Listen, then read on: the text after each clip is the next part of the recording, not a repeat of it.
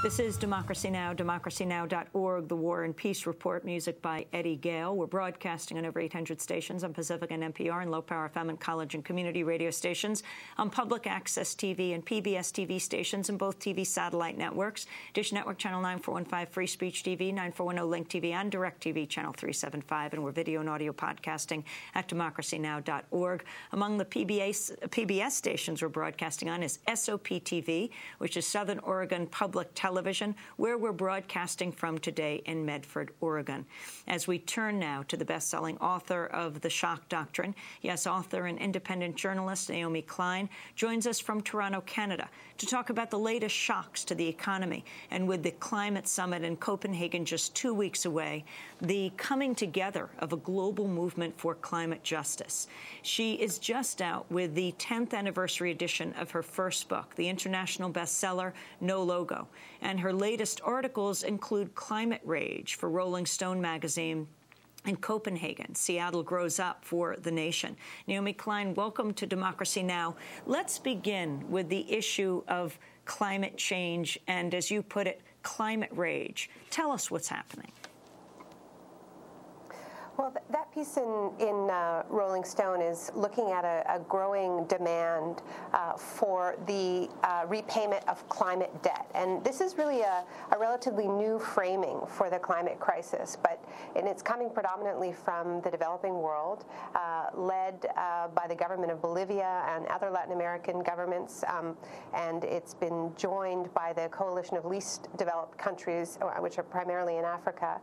And essentially what they're saying is that the climate crisis, as we know, was created in the industrialized world. There's a direct correlation between industrialization, but what we call development, and carbon emissions. In fact, 75% of the historical carbon emissions have been produced by only 20% of the world's population.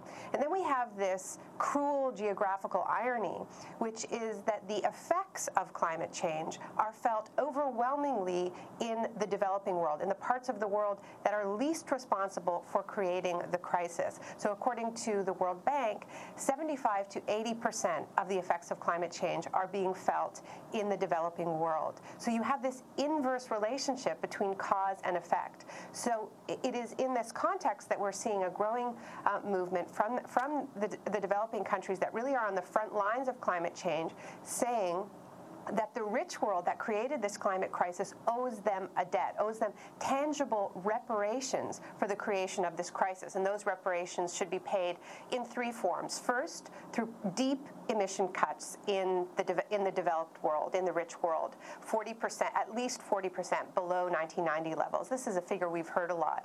In addition to this, they're saying that the rich world, the G8 countries, the industrialized countries, should pay for the costs, the huge costs that poor countries face in adapting to climate change. And in addition to that, they're also saying that they would like to leapfrog over the dirty energies, the fossil fuels that are fueling the climate crisis, but they point out that this is expensive, that it's more expensive to shift to cleaner green technology than it is to develop with cheap, dirty fuels, which is the way that we did in the rich world.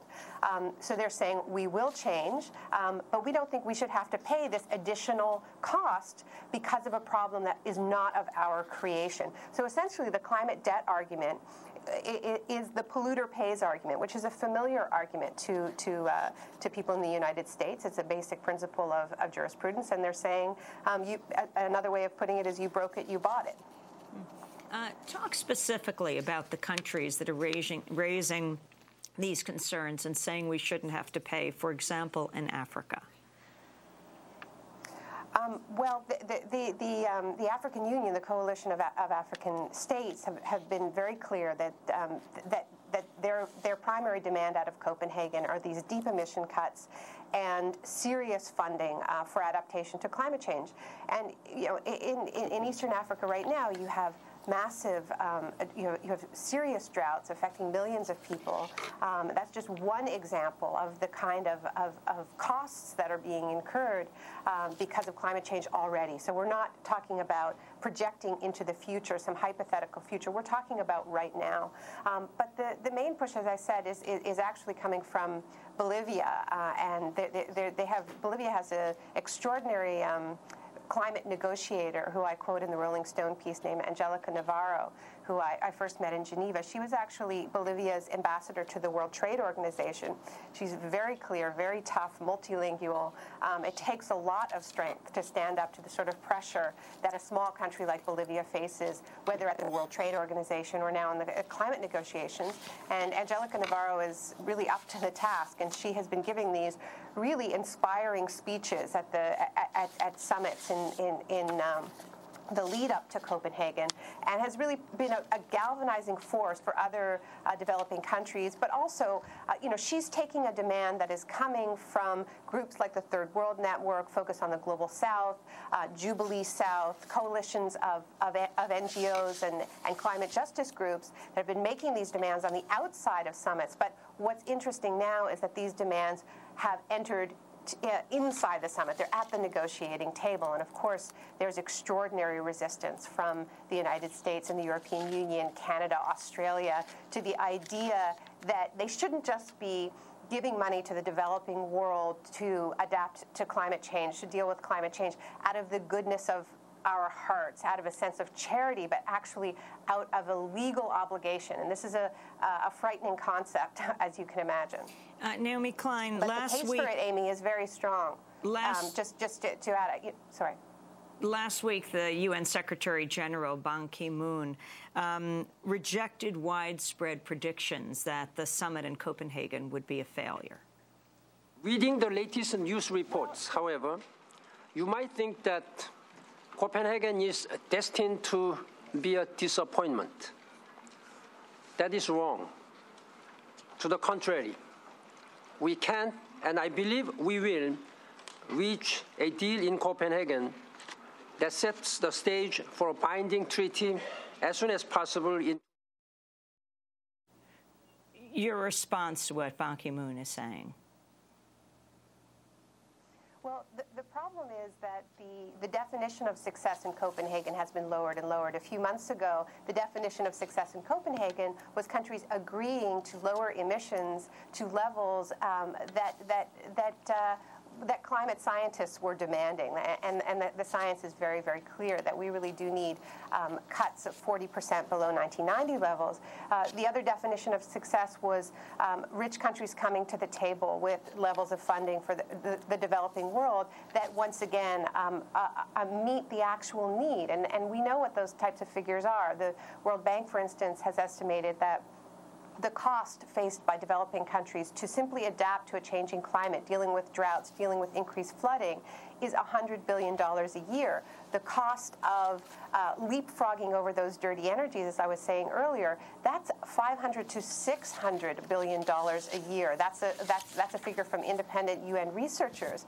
But now what we're hearing from the UN is their hope for Copenhagen is that they can get developed countries, rich countries, to agree to $10 billion a year. So, Amy, they'll turn around and say that that is a success, but that's simply not a success. So the definition of success is just being pushed lower and lower. And this is really, this is a troubling issue, and it's an issue that a lot of environmentalists, climate justice activists are going to have to confront, because with an issue like climate change, urgency matters.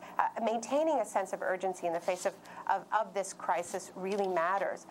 So there is a danger, a very real danger, of creating an illusion of doing something about the problem in Copenhagen. Having Obama go make another terrific speech, which he's very good at, claiming it's a breakthrough that the U.S. is talking about emission cuts of now they're saying between 14 and 20% below 2005 levels, which is just absurd. It has nothing to do with the science.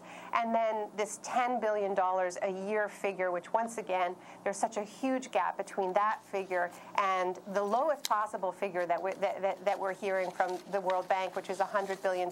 So we have to be very careful about what's called success, because if you turn around and say, it's a success to have the U.S. commit to 14% cuts from 2005 levels and to throw in a couple $2 billion a year out of the goodness of their hearts while still not recognizing historical responsibility, then you lose some of this crucial urgency in confronting this crisis. So I think it's very important for the climate justice movement not to allow politicians to pass off failure as success. Naomi Klein, the issue of President Obama he's going to be in the region, right? He's going to pick up his Nobel Peace Prize in Oslo. He also just recently was in Copenhagen.